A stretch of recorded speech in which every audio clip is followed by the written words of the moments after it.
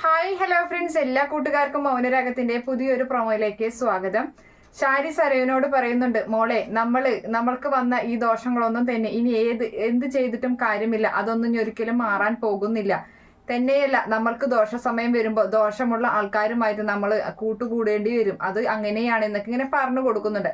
അതിനുശേഷമാണെങ്കിൽ നമ്മുടെ സരയുവിനോട് മനോഹർ യാത്ര പറഞ്ഞ് പോവാൻ നിൽക്കാണ്. മണവാളനായിട്ട് വെള്ള ഷർട്ടും വെള്ള മുണ്ടൊക്കെ ധരിച്ചിട്ട് മരയത്തിന് താലി കെട്ടാൻ വേണ്ടിയിട്ടാണ് അവൻ അവിടെ നിന്നും പോകുന്നത്.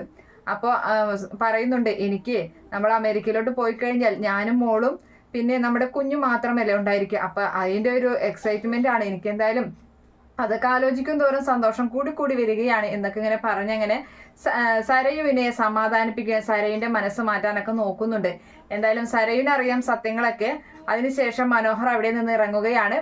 പുറകെയായിട്ട് കാറിൽ സരയും സഞ്ചരിക്കുന്നുണ്ട്. അങ്ങനെ മനോഹർ ഒരു പള്ളിയുടെ മുന്നിൽ വന്നിട്ട് അവിടെ വെച്ചിട്ട് വേറെ ആരുമില്ല, മറിയവും മനോഹർ മാത്രമുള്ളൂ. അങ്ങനെ താലി എടുത്തിട്ട് മറിയത്തിന്റെ കഴുത്തിൽ താലി മിന്ന് കെട്ടാൻ വേണ്ടി പോവുകയാണ്.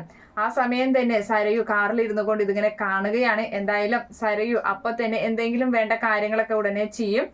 അങ്ങനെയൊക്കെ ഒരു പ്രൊമോ ആണ് നാളത്തെ എപ്പിസോഡിൽ കാണാൻ പോകുന്നത്. Okay friends, bye, thank U.